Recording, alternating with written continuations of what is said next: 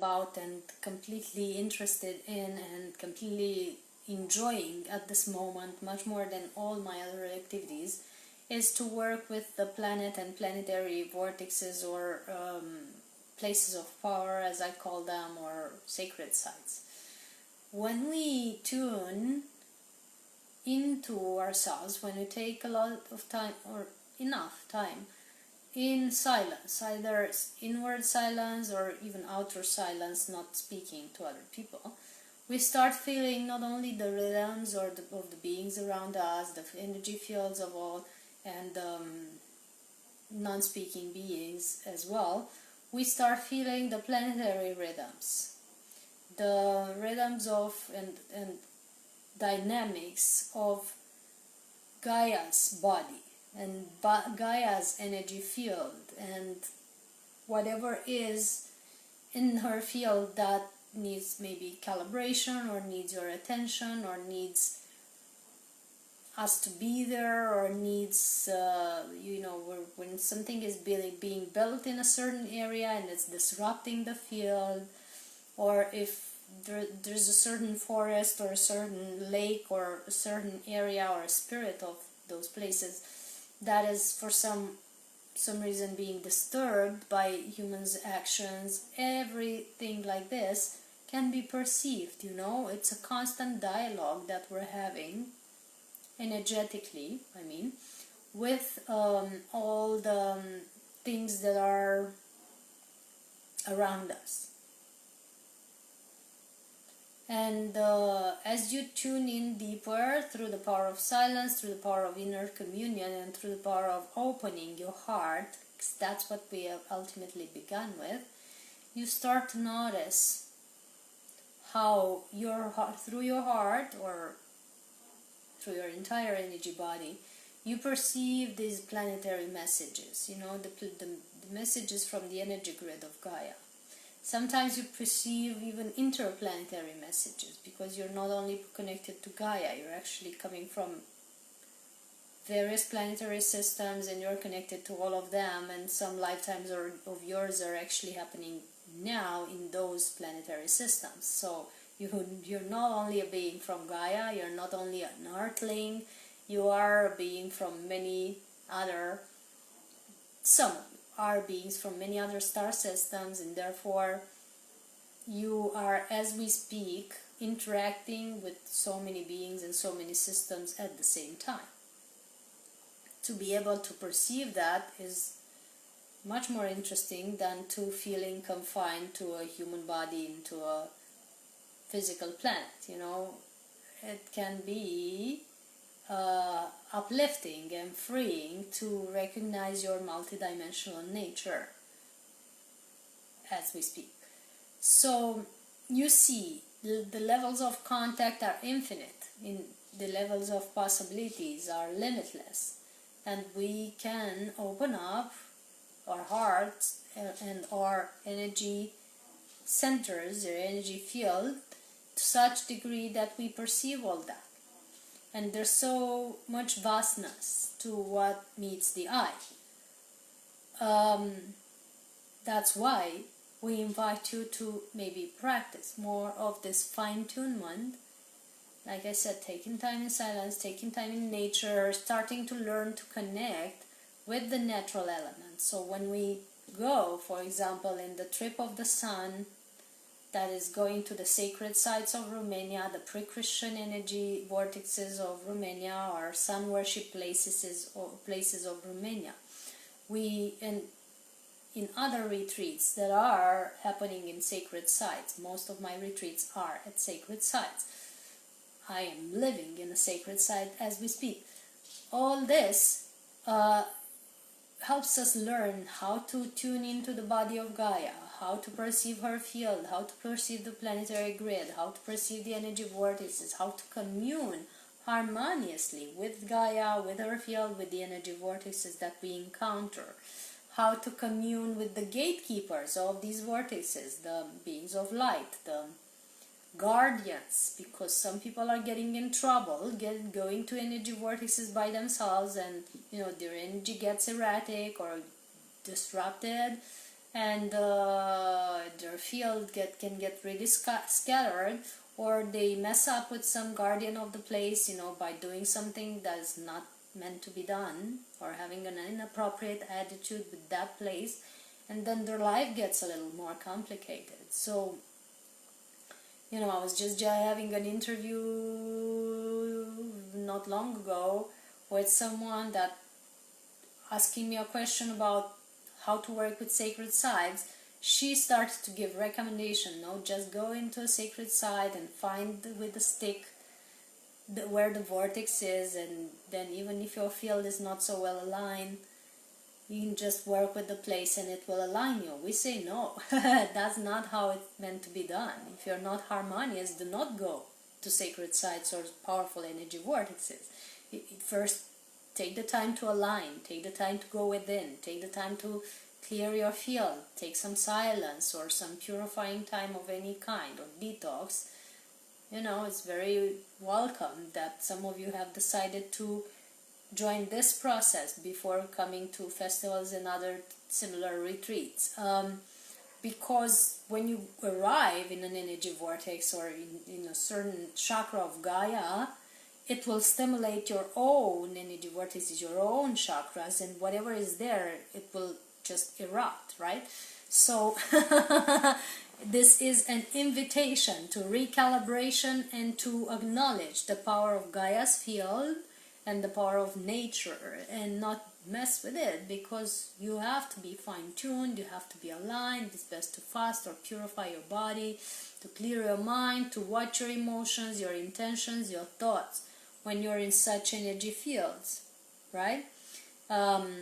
Because everything there gets enhanced, the manifestation is much quicker and much more powerful, and you're actually interacting with a living being. Gaia is a living being. You're interacting with her chakras, and you're working directly with her chakras, the same way a therapist would work with you. So it's good, as you want to have a good therapist or a good person interacting and playing in your field.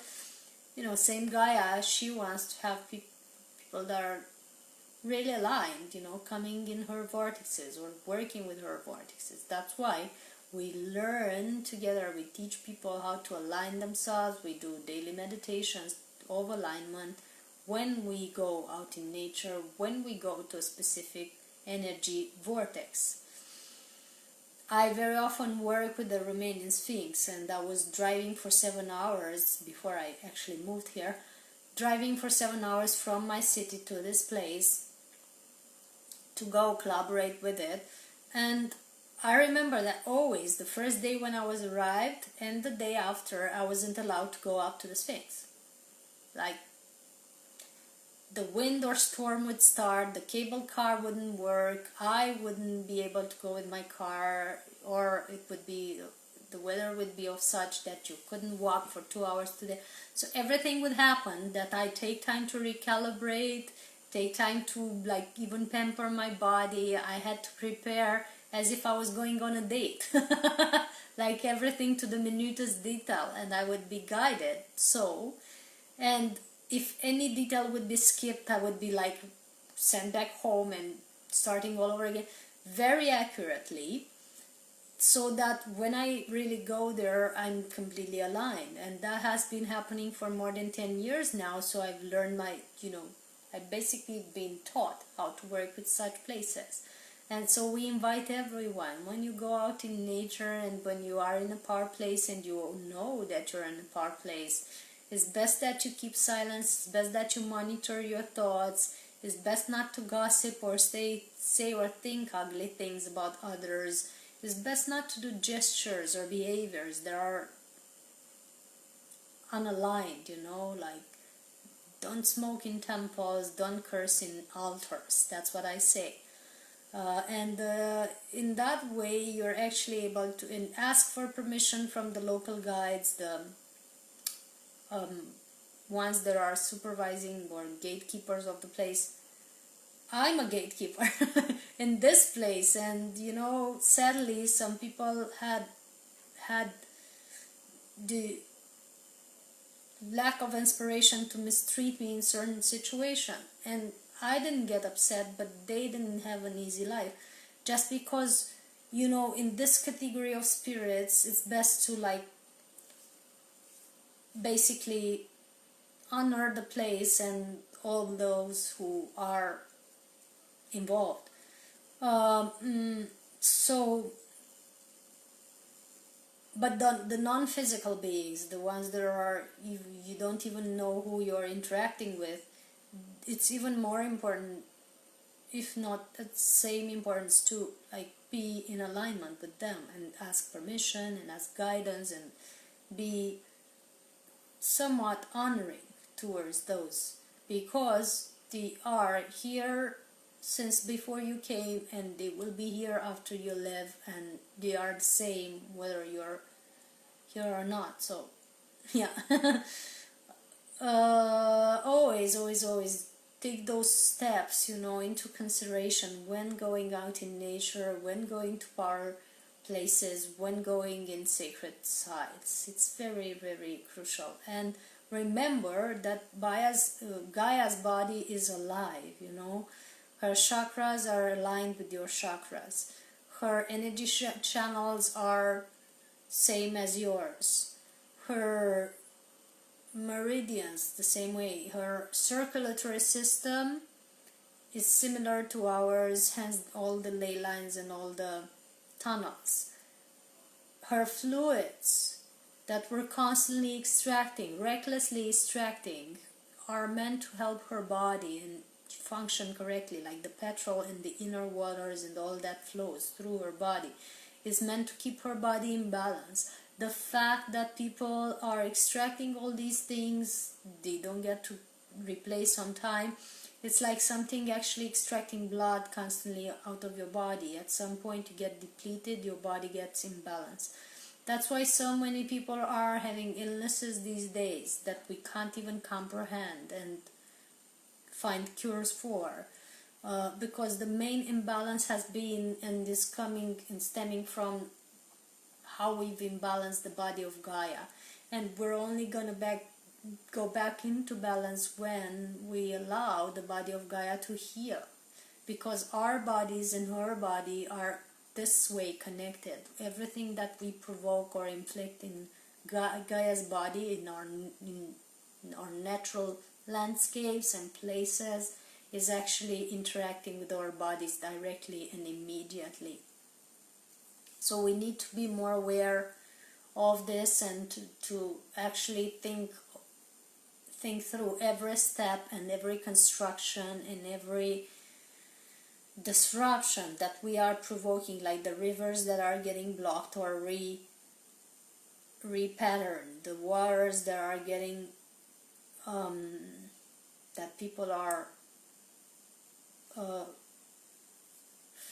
extracting and drying off certain lakes or certain areas, the land that they're building in the surface of the sea, like there are certain areas in Dubai where they're actually building up land in the sea where water is supposed to be. Humans don't have those rights of interaction. They don't have permissions and permits to do such stuff. There's not allowed. The guardians of the place are not agreeing. The spirits and higher levels of existence are not agreeing, and not even Gaia is agreeing. So there's a lot of misalignment and misuse of power in humankind that is affecting humans directly by affecting the planet. And whenever in an area such buildings are or such constructions are being or disruptions are being done, the people in the area are very severely affected without even realizing, and over time they're starting to develop imbalances that they don't find any remedy for, you know, regardless of how they try. So very crucial to be aware of that as humanity. If you want examples on this, and that's a tribe that is very much related to the way I'm operating, there's the movie Aluna. I think I've referred to it several times. we invite you to watch it. It's quite important for a higher understanding of humanity and how we perceive nature and natural sites and constructions in nature. Maybe some of you in the audience are in the field of construction and can do something about it, or have a new approach. You bring a new approach to humanity regarding this, because humans have disregarded planet completely while doing their little concrete boxes and stuff. And they think they're powerful because they have these, devices that can bring blocks of stone in certain areas. But it's not really so. When I recall how pyramids were being built, well, that's a mastery for humanity. That's a construction mastery. And there's a book written in Romania by a Romanian author, unfortunately it's not translated, called The Power of the Great Pyramid, which explains all the stages with quite accuracy, the stages of pyramid building that were being taken back then. So I'm just gonna say in brief, just to bring into wording and in this energy field how harmonious construction is meant to be done, and how it has been done by advanced civilization. So first they would choose a place that is high energy, and they would collaborate with the place and the guardians of the place and the light beings preserving or guarding that place to obtain agreement, for construction. So you don't only go to the city hall that humans have. Even humans have this rule. You have to go to the city hall to construct in a certain place. But there's a higher city hall. There's like a universal hall or a planetary hall that you have to go first to ask for permission to construct, right? So they would go and discuss that and ask permission and ask blessing and all stuff. Then they would clear the place. So if the place, if it was meant to be utilized for a temple, or in this case a pyramid, which is an energy generator and transceiver, they would clear it for multiple days in a row, or even weeks or months, or I think it took years, if I look at it correctly. They would clear energetically. They would have various systems of transmitting light to the place, clear it, set prayers, set intentions. They would gather in circles and tone mantras so that the area gets cleared and all the spirits and whatever defavorable energies and entities that would be there, that they are cleared away and sent away and so on. So imbuing that place with a very high vibration constantly, so that the energy of the place gets even higher, so that the construction that is meant to be brought there, which is supposed to generate energy, is being actually supported by the place instead of being in dissonance of the place. Because if the place is too low energy and the construction is too high energy, then it's not gonna want to stay and match, and it's not going to collaborate very well with the natural side. And if the other way around, the place is high energy, maybe it's in the middle of the forest or whatever, and the construction is too low energy, is not treated correctly, is not good feng shui, is not well harmonized with that natural side, then again they won't match, and it's not going to be a good construction. And that's why so many buildings have been torn down or distracted, or the life of the owners has been not so easy when constructing in a certain place, because that wasn't meant to be there, not in that way. That's why even in China they have specialists of feng shui that study these aspects very, very accurately before recommending a certain construction. And that's not trivia, that's not random, because feng shui means the harmony of wind and water, and it's basically talking about the universal balance and being in balance and in harmony with everything. That's a big thing when you want to build on a natural side. So back to the pyramids, they would clear the place, they would enhance the energy of it, they would raise the frequency and clear the entities and energies that weren't in alignment with what they wanted to construct. And then for every piece of material that they would use for that construction, they would do the same.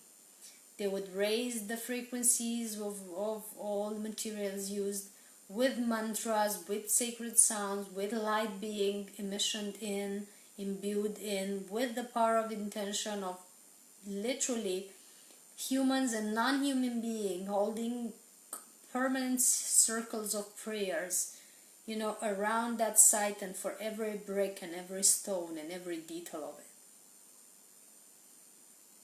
And the builders would constantly fast and purify themselves, before and during and after, and they were constantly like rotating so that they don't get too tired and too depleted and don't put any bad energy into the construction. So think about the accuracy of it compared to what humans are doing today, like unimaginable, right? Because everything is to the core speaking to you and sending information, and everything you build and live in it after this, or utilizing it after this, is basically sending information to that place, to that natural side, and to the people in it, and to everything around it. And it's basically a new creation that is emitting and generating and receiving energy. So if we start looking at things in this way, we're much more accurate of what we do in nature and how we commune with it, how we communicate with it, how we interact with everything. Right? That's a big thing, with how to commune with everything from the heart, and how to respect the rhythm of the heart, the rhythm of ultimate love, the higher rhythms of harmony, galactically, intergalactically, and planetary harmony, when we interact with this planet and with everything around us.